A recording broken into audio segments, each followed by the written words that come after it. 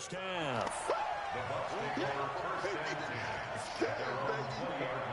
The Bucs offense set to begin their next possession. Time for a final kneel down or a safe run, and then they can head to the locker room with a lead. Yeah, or they can even run a screen. You know, something they feel is somewhat safe that might actually pop and turn into a big play. That's what you usually run in this situation. Or go 4 verticals because why not? Because you're feeling it, right? You're just feeling it. First down, Tampa Bay there, a gain of 13. First and 10 at the 33-yard line.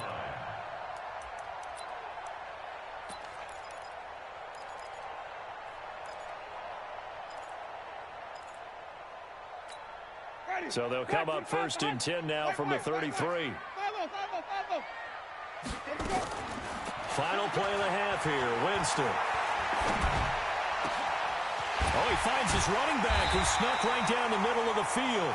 And he's going to be ripped down by the face mask at the end of this, and that's going to add 15 more onto the end of this thing. Tack on 15 more for the face mask, and that becomes a huge play. Big pass gets caught on you. You're doing everything possible to get him on the ground, and sometimes you end up grabbing the face mask. On for the field goal. A 39-yard attempt. And Gay knocks this one through, and that will do it for this first half.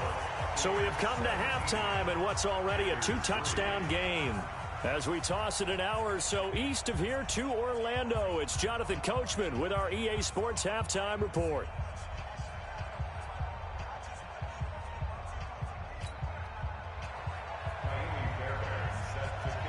The Bucs with a lead, and they'll get the football first as the second half is underway.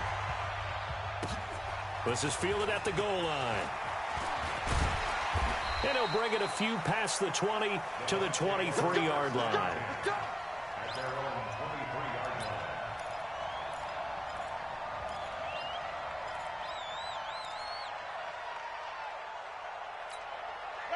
line. The Tampa offense ready to get their drive started. They built a good first half lead. Now they have a chance to add on to it. And what I'm thinking is that the offensive staff spend the entire halftime just working with them on, here's what we think they're going to do to attack us in the second half. Nice first half that we've had, guys, but be prepared for some change-ups. We're going to see them when we kick it off in the second half. See how they handle it.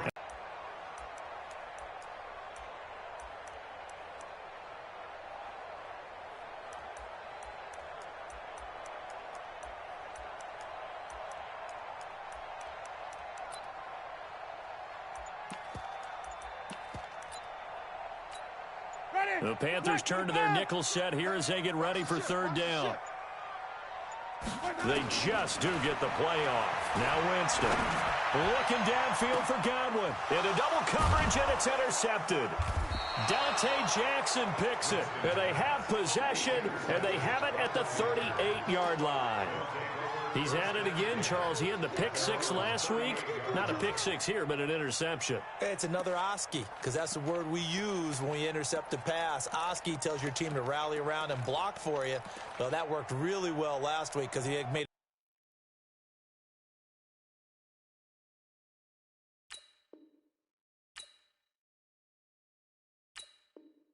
all the way to the end zone.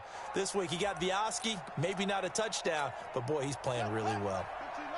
The Panthers out there and ready to begin their next drive. And 3 interceptions in this game. And I would have to think, I wasn't a quarterback, the number 4 is kind of, oh, you're like, oh, man, I can't throw 4. No, and what's interesting is, what do the coaches decide to do now? Having thrown 3, do you alter your offensive strategy? Do you take the ball out of his hands and maybe turn to the running game? Or do you have that supreme confidence that he's going to turn things around? We'll see what they do. Off play action. Fields sliding out of the pocket. Finds his tight end Ingram. And he's corralled, but not before getting it inside the 35. It's a Panthers first down, 17 yards on the play. Sometimes it's designed, and sometimes you just have to know when to leave the pocket and move and make something happen. And on that play, he's able to get on the run, and they're still accurate throwing the football. And inside the 20 before he's brought down. Give him 18. It's a Carolina first down. I'm okay with the call there. In fact, I actually like it. I know they're down a couple of scores, but the running game worked in that situation. I would continue to go in that direction.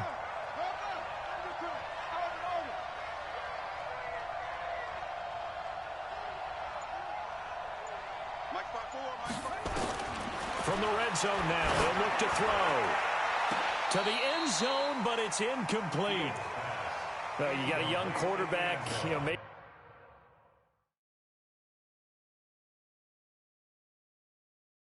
that's just an example of a growing pain for him. I think you're right about that, because when the game starts to move fast and it moves quickly on him, a lot of times they fall back on what they know best, their arm. He's slinging it on this one. Had a wide open target, but didn't have the proper footwork to increase his accuracy.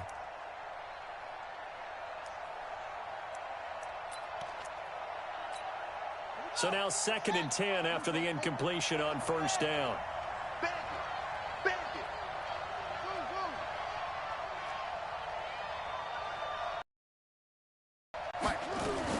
Throwing again. Fields. And he's got the hook up to Moore. The reception good for 7. It's 3rd down. I think a lot of people ask the same question all the time. Why do we see so many slants in the red zone? Well, the windows are tighter. Everything's more condensed. It has to be quicker, and you've got to deliver the ball on time. Your biggest worry, ball gets tipped in the air, because if that happens, then it's fair game for the defense. From the gun on 3rd down, Fields buying time to his left. He may try and run for this. 5 yards on the scramble, and that's enough to pick up the first. Now that's disappointing for the defense. They had the advantage, had excellent coverage all over the field, but they let him get away, scramble, and pick up a first down, and inside the 5-yard line.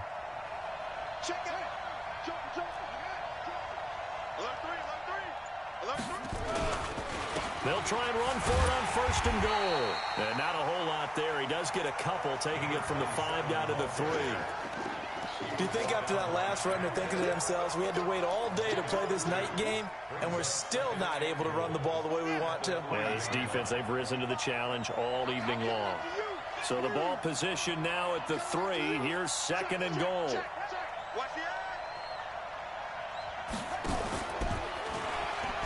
They go to the ground again with Taylor. And this is going to result in losing yardage. They're driven back to the 8-yard line.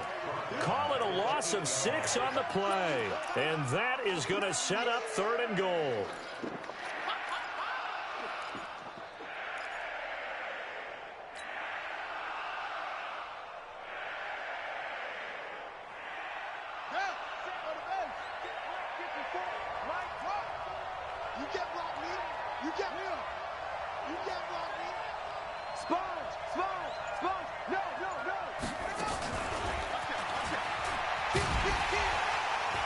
And this play doesn't go anywhere. Backwards, losing yardage to the 11. It's a loss of a full 3 yards, and it brings up 4th down. And for the 2nd time tonight, this field goal unit comes out here. Fairbairn able to put this one through. And a 2nd field goal here gets them back within 11 now. It's 17-6. They had it 1st and goal, 3 attempts, couldn't get it in, so they settle for 3. Yeah, the field tends to shrink a little bit the closer you get to the goal line, doesn't it? It doesn't sound right. It sounds a little counterintuitive. But you run out of space to run the deep routes, so they can just sit on the shorter stuff if you're going to throw it. If you want to run it, there's just not as much space. They end up having to take 3 there. The Bucs offense set to begin their next possession. They had that first half lead, but they have been shut down here in this 3rd quarter, so time to retool a bit. And probably need to tap into that emotional vein that gets them back to really playing hard and effectively. Because a lot of times we think it's just play calls and this isn't working and they're shutting them down. Sometimes when you get a lead, you lose your edge. You don't play quite as hard. That's what they're looking for here. Try to get that edge back as they've watched this lead shrink a little. Again, here's Pirine. And he will lose yardage back to the 34-yard line. That'll be a loss of a yard, and it leads to a 3rd down. 1 quarter remains here as we wrap up the week on a Monday night. We'll return with more after this break. You're watching the NFL on EA Sports. The Bucs on 3rd down. They've hit 2 for 4 thus far. This time it's 3rd and 3.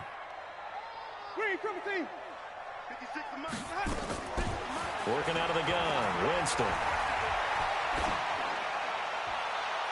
That's incomplete, but there is a flag down, so hang on. A big call coming on 3rd down. They frustrated these receivers tonight, really held down the passing game, but there got the penalty.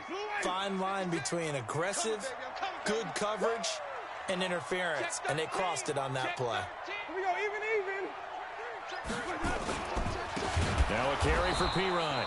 And forget about finding a lane. He barely had time to look up before he was planted in the backfield. They'll wind up losing 4 yards on the play. And that's going to make it 2nd and 14. They'll try to throw now. Winston. And that'll be incomplete. Took a pretty good shot as he tried to pull that one in. Couldn't hang on 3rd down. The Bucs on 3rd down. They've hit 2 for 4 thus far. This is 3rd and 14. To throw, Winston. And he's going to be hit and taken down. Back right around the 48-yard line. We've watched this a long time, and I still don't believe we get it. 3rd and long. Why are you calling play action? Because they're not going to bite defensively, right? No, not at all. I did have a coach explain to me years ago that for some teams, that's how they have to deal with pass protection and their line blocking. But to me, it seems silly. Yeah, well, they're silly, and it leads to a play-action sack. And for an offense that is struggling, this is not where you want to start from. Great punt. Fantastic punt. And for all those who wonder, what do punters do during the course of practice each and every day? The best ones do what we just saw there. Work on positioning the football and helping their team.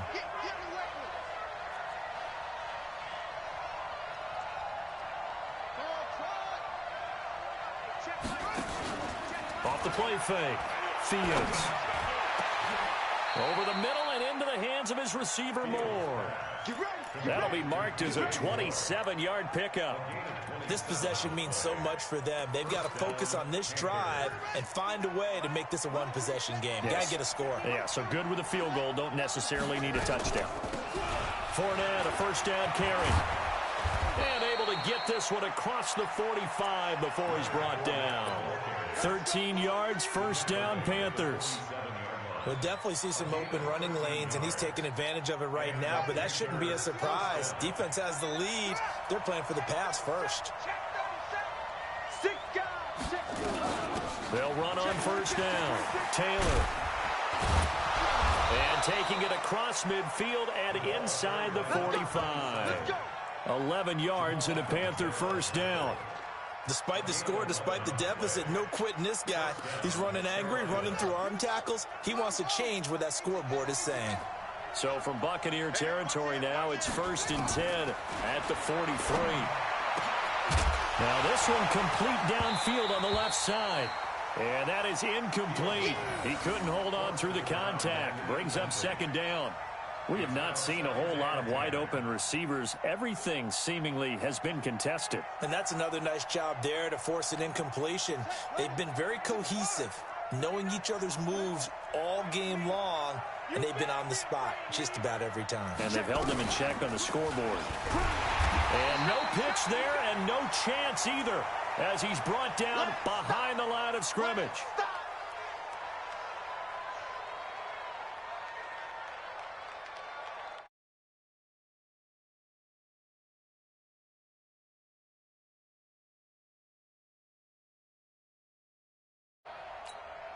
And let's see, the Bucs with 6 DBs, so a dime set here on 3rd down.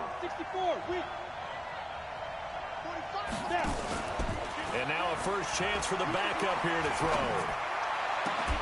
Oh, he got position on him, and he pulls it in. And this is going to lead to another 1st down as the tackle's made at the Bucs' 25-yard line. On 1st down, Jones letting one go deep. And that will be caught by Moore. He's got a Panthers touchdown. DJ Moore, his second touchdown on the season, as his guys are back within a single score.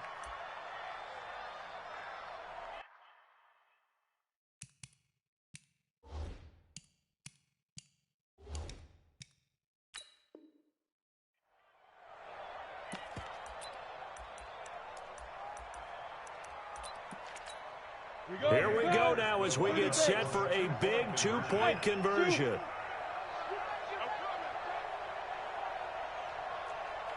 Mike 54. Mike 54. Let's go. Jones operating from the gun. And this is caught. They got it. And that could be an important 2 points. It gets them back within a field goal. So after the touchdown, here's Fairbairn now to kick it away. And that'll carry over the back line of the end zone for a touchback. The Tampa offense ready to get their drive started. They've been asleep for a little while on this side of the football, Charles, and the score is just a one-score game now. Haven't had any points this half. What gives? Let's go old school here. All right, let's get back to the basics. Get back to running the football, high percentage throws. Find the guys that eat pressure and make plays for you and make sure they touch it. They'll break the huddle, come up on 2nd and 8 at the 27-yard line. Nowhere to escape, and he goes down. Winston needing a big play after the sack as he leads the Bucs up on 3rd and long. To throw is Winston. And that will be incomplete. Critical play in this football game because if they pick up the first there, that clock keeps rolling. Has to be a little frustrating for them because they know that they pick up a first down there and continue to eat away at the clock, really increases their chances of closing this one out. Now they're likely going to have to give the football up and sweat it out on the sideline. A great return there of 22 yards. And this offense will take over right at the midfield stripe with a 1st and 10. A great Monday night to wrap up the week in football. 2 division rivals and a great finish ahead as we come up on 1st and 10. Here's a run on 1st down that doesn't accomplish anything. In fact, he's going to be tackled behind the line for a loss of 1. It'll be a loss of a yard, and it'll be 2nd and 11. A loss of a yard there to start out. That leads to a 2nd and 11. 3 points separating these two sides with 2 minutes left to go in the 4th. So it's Panther football as we welcome you back. And let's see what they've come up with offensively after having time to talk it over. Check Mike 45. Check Mike 45. Hey, check. Looking to throw on 2nd down. Fields. That one complete to Hill. 22 yards there, a 1st down. That's what they need right now. Get the 1st down, get out of bounds, stop the clock. Just playing smart football, understanding the situation, making the plays necessary, and making sure that clock stops at every opportunity.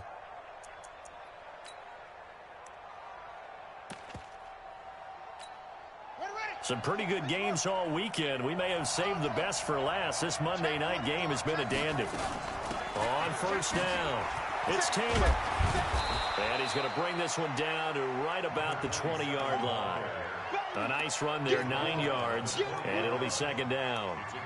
I like it. I like the call. Still an opportunity to run the football and chew up a little more time off the clock. Watch the pass. 25. Check 25. They'll keep it on the ground. It's Taylor. And this time he's not going anywhere. They'll get him down right at the line of scrimmage. Not enough there for a first. No gain, as a matter of fact. And it leaves them at 3rd and 1. And I see an extra defensive back on the field. Little surprise here on 3rd and 1. They'll try and run for it with Fournette. And he picks up the 1st down yardage as he takes it down to the 16. Only 3 there on the pickup, but that's enough to move the chains.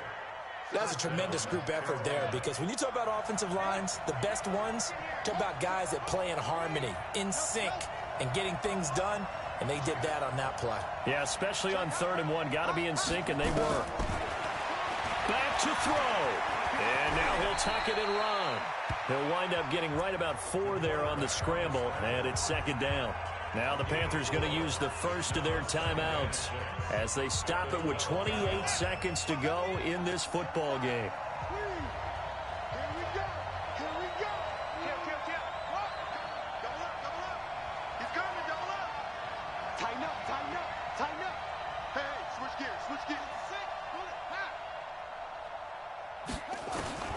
He'll look to throw toward the end zone, but that's going to wind up incomplete. They were trying to get it there to Josh Doxson, and it's third down. So after the second down incompletion, they'll come up now against a 3rd and 6. They'll run with Taylor. Fights him off, and he gets the first down yardage he needs before he's brought down at the 6. The Panthers going to use the second of their timeouts as they get it with 16 seconds remaining on the clock.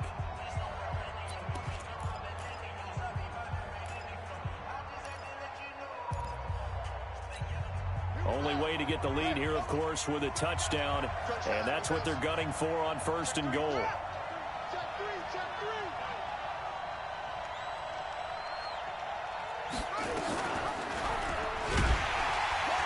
And they'll be driven back here, losing yardage to the 10-yard line. Now the Bucs going to use the first of their timeouts. It's just their first. They've got 2 more to use here in the final stages.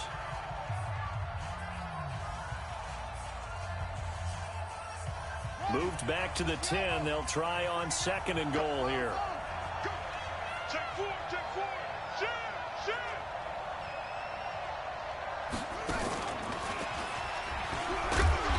And running room hard to come by here. He gets it down to the 8. Only a couple yards there, and that's going to set up a long 3rd and goal. And they will get the timeout. So 3 seconds remaining, and they can trot out the field goal unit and try to send this one to overtime. So now the field goal unit trots out there for the 3rd time tonight, and a timeout comes in. The whistles blow with 3 seconds remaining.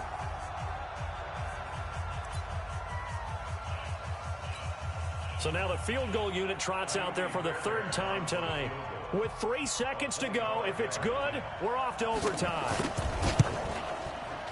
And that is no good. And this score will stay right where it is. So fire the cannons. It's a victory here for Tampa Bay. And it was a bit of a strange game. They were held scoreless through the entire second half, but their first half output, that's enough to carry them to victory. And that's an odd game to watch, isn't it? Because when we saw the output in the first half, you think to yourself, okay, they've got something working here. They know what they're doing. They'll continue that along. But instead, it's goose eggs in the second half. Fortunately, enough of a cushion and enough defense to carry them home. So for the Buccaneers, it's an ideal start as they move to 3-0 now on the young season. And they'll hit the road next week to take on the Arizona Cardinals. Meanwhile, for Carolina, they'll fall to 1-2. And they'll get the extra week to think about this one as they return to action in 2 weeks' time.